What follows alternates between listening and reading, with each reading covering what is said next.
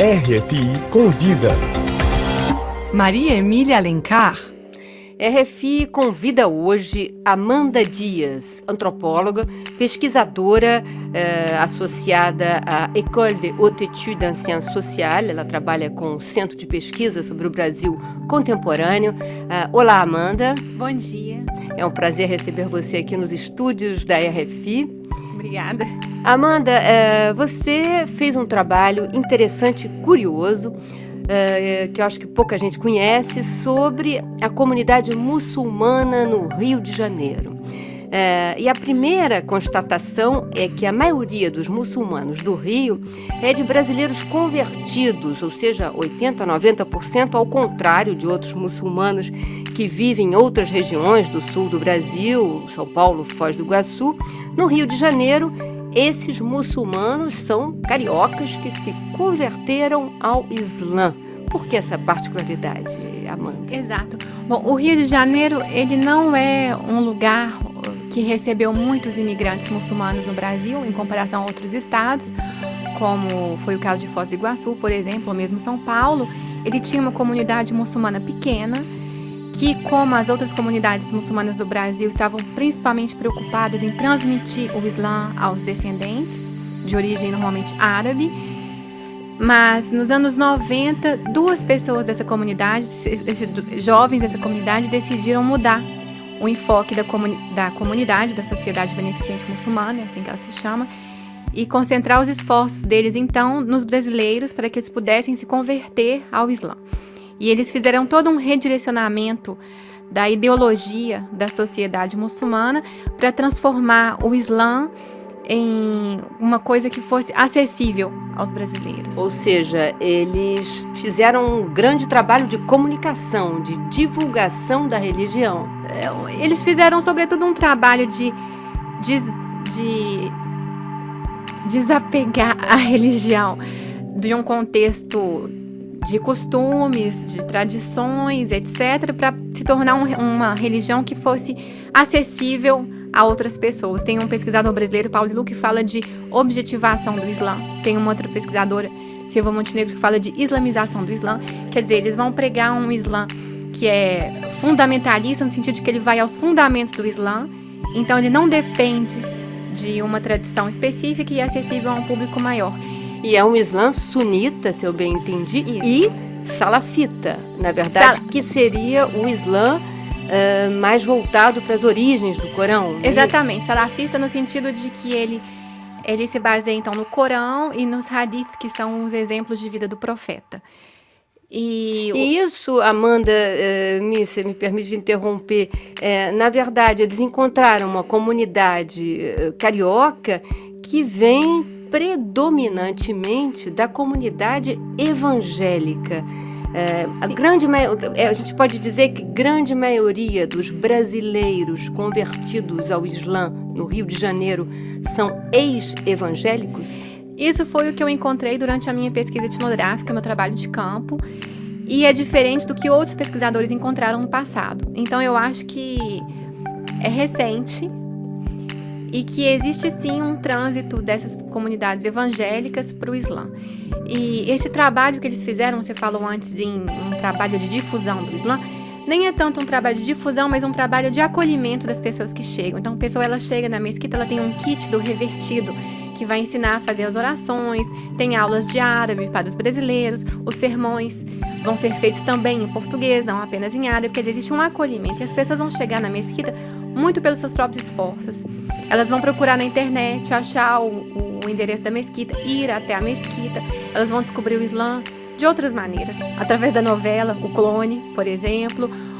Mas são pessoas que já estão ligadas a uma religião, a valores morais específicos que são ligados à igreja evangélica. Sim, exatamente. Existe uma certa continuidade entre a igreja evangélica e o Islã, no sentido de que a igreja evangélica já vai pedir um certo pudor na maneira de se vestir, etc. E o Islã, no Brasil, ele vai insistir nessa continuidade. Então, por exemplo, o primeiro livro que eles vão ganhar quando vão à mesquita se chama Jesus, um profeta do Islã. Então, eles vão insistir numa certa continuidade doutrinária também. Sei, aham. E por outro lado, é uma coisa incrível pensar no Rio de Janeiro, né? Cidade onde há o culto do corpo, né? Existir uma quantidade, eu não sei quantos, você pode calcular mais ou menos quantos muçulmanos convertidos existem no Rio atualmente, mais ou menos. Convertidos, olha, a sociedade estima que 80% dos muçulmanos que estão ligados a ela são convertidos. E ela estima que existem mais ou menos 1.000 muçulmanos diretamente ou indiretamente ligados à sociedade no Rio de Janeiro. Agora, é incrível, porque essas pessoas se encontram no meio ambiente, carnaval, praias, inclusive você narra na tua pesquisa certos momentos de grande contradição, né? Sim. Quando os muçulmanos, as mulheres com véu vão à praia. E como é que é essa dificuldade de ser muçulmano numa cidade como o Rio de Janeiro? Elas vão. É mais difícil para as mulheres, porque são elas que vão ter uma maior visibilidade com o uso do véu. E elas vão incorporar o uso do véu aos pouquinhos. Primeiro elas usam o véu só no interior da mesquita, depois só no bairro da mesquita, e aos poucos elas vão integrando o uso do véu até usar na casa delas. E elas vão entender que elas, ao usar o véu, elas estão encarnando, de certa forma, o Islã. Então elas têm um exemplo a dar. Então, quando as pessoas vão zombar com elas ou fazer piadinhas, alguma coisa, elas vão tentar manter uma postura íntegra para poder passar a boa imagem da religião.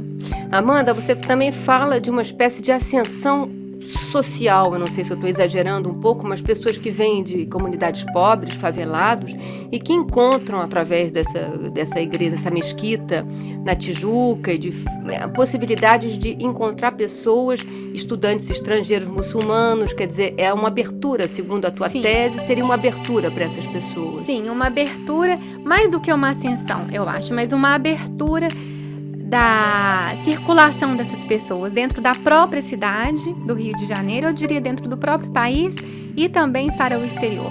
Quer dizer, muitas pessoas que vêm de Duque de Caxias, de São João do Meriti, de outros lugares afastados, pobres, que vão começar a frequentar a mesquita que está no bairro da Tijuca, que é um bairro que antes elas não frequentavam, agora tem uma justificativa para frequentar esse bairro, que vão conhecer outros muçulmanos que vêm de outros horizontes e que vão se identificar esses muçulmanos como irmãos de fé e que vão começar a estudar árabe, por exemplo, pessoas que não falam inglês, mas que vão aprender o árabe, pessoas que nunca saíram do estado do Rio de Janeiro, que vão começar a estudar a possibilidade de fazer a peregrinação para Meca ou de estudar numa universidade islâmica. Ou seja, você vê isso como uma coisa positiva, de certa maneira, para certas comunidades, quando no mundo inteiro existe uma certa apreensão, justamente em comunidades que são segregadas, como os favelados, aonde nós vivemos isso na Europa, onde o terrorismo encontra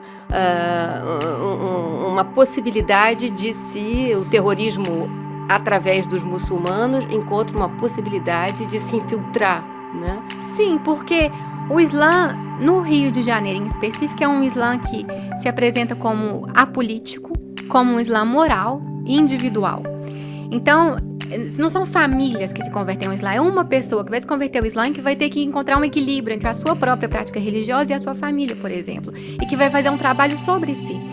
E essas pessoas, ao integrarem essa comunidade imaginária de muçulmanos, que é transnacional, elas estão integrando uma comunidade religiosa e não uma comunidade política.